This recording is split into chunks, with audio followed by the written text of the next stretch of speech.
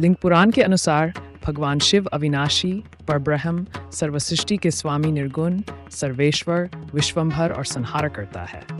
वे परब्रह्म, परतत्व परमात्मा और परज्योति हैं। विष्णु और ब्रह्मा उनसे उत्पन्न हुए हैं। समस्त सृष्टि के आदि कारण सदाशिव ही हैं। यूँ तो किसी भी समस्या के समाधान हेतु अनेक उपाय हैं, परंतु मंत्रों के माध्यम से समस्या के निवारण के पीछे धारणा यह है कि मंत्र शक्ति एवं देवी शक्ति द्वारा अनुष्ठान करने वाले को वह बल प्राप्त होता है जिससे किसी भी समस्या का समाधान सहज हो जाता है। उदाहरण के लिए माना जाता है कि सभी रोगों और समस्याओं का उद्भव मनुष्य के मन से ही होता है। मन पर पड़े दुष्प्रभावों को यदि मंत्र द्वारा नियंत्रित कर लिया जाए तो रोग स्थायी रूप से या कोई भी समस्या स्थायी रूप से शांत हो जाते हैं। उसी प्रकार मन को सुदृढ़ करके किसी भी समस्या पर आप विजय प्राप्त कर सकते हैं। ऐसे तो सभी लोग भाग्यशाली नहीं होते हैं और सभी लोग अभागे भी नहीं होते हैं। प्रयास अपनी अपनी होती है, जहाँ पर जाकर मनुष्य सफल हो जाए या जहाँ पर मनुष्य सफल हो जाए।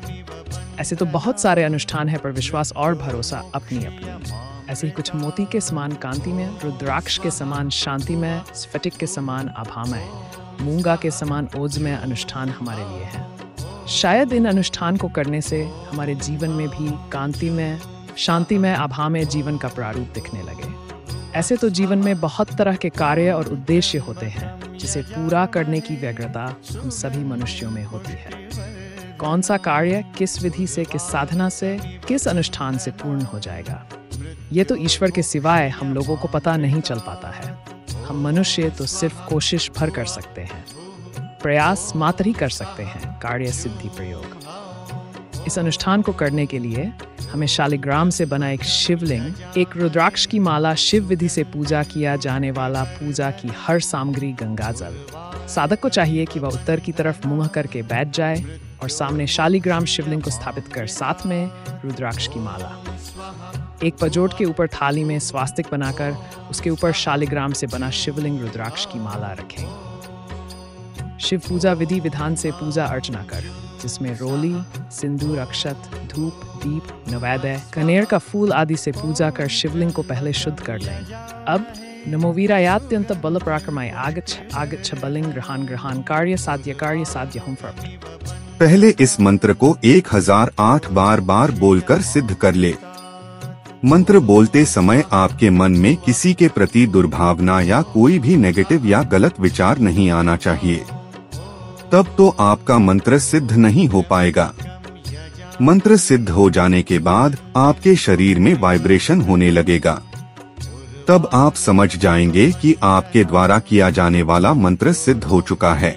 अब इस मंत्र के सिद्ध हो जाने के बाद फिर इस मंत्र के द्वारा 11 माला किसी भी शुक्ल पक्ष के 11 प्रदोष में या शिवकल्प के 11 दिन लगातार या फिर किसी भी सोमवार को 11 सोमवार को कर लें, और जब तक आपका 11 दिन पूरा ना हो जाए तब तक पूजा की थाली को इसी तरह साफ सुथरा करके अपने पूजा घर में रखें और रोज की तरह उसमें भी पूजा करते रहे।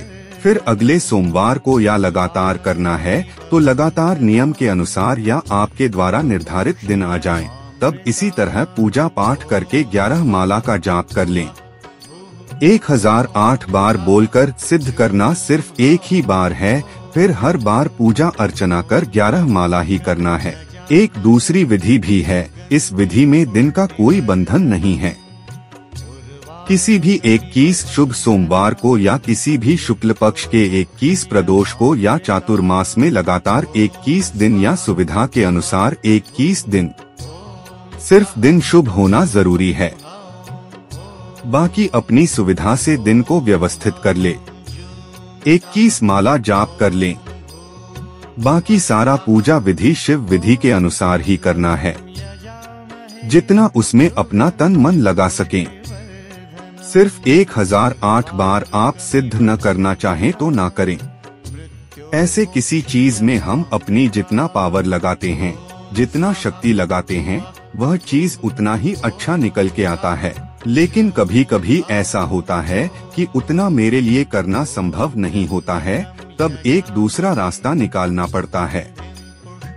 इस अनुष्ठान को करते समय घी का दीपक और धूना जलती रहनी चाहिए। धूप दीप हुमाद होते रहना चाहिए। साधक को साधना के समय में एक समय भोजन करना चाहिए और पूर्ण ब्रह्मचर्य का पालन करना चाहिए। इस प्रकार नित्य 21 माला ही करना है। आसन किसी भी तरह का हो सकता है। ये अनुभूत प्रयोग है। इससे कुछ ही दिनों में साधका के मन की इच्छा अवश्य ही पूर्ण होने की संभावना बनने लग जाती है। कभी कभी ईश्वर हम लोगों के लिए भाग्य खुद अपनाते हैं। कभी कभी अपने से भी अपने आप को बदलना पड़ता है। बाकी तो हम लोग प्रयास ही कर सकते हैं अपने जीवन को सुदृढ़, शांतिमय, सुखमय बनाने के लिए। बाकी तो ईश्वर के हाथ में है ही। कोशिश करने में क्या जाता है। आए दिन ठग पंडितों के चक्कर में पड़ने से क्या फायदा। स्वयं से कोशिश करके देखना ज्यादा फल प्रदान करने वाला होता है। ऐसे भी आप समझे कि ठग पंडितों के द्वारा ईश्वर के पास पहुंचना या विनती करना ज्यादा फायदेमंद है, या स्वयं द्वारा ईश्वर की विनती करना और ईश्वर की साधना करना ज्यादा फायदेमंद है। यह तो सोचना हम लोगों के स्वयं के ऊपर है।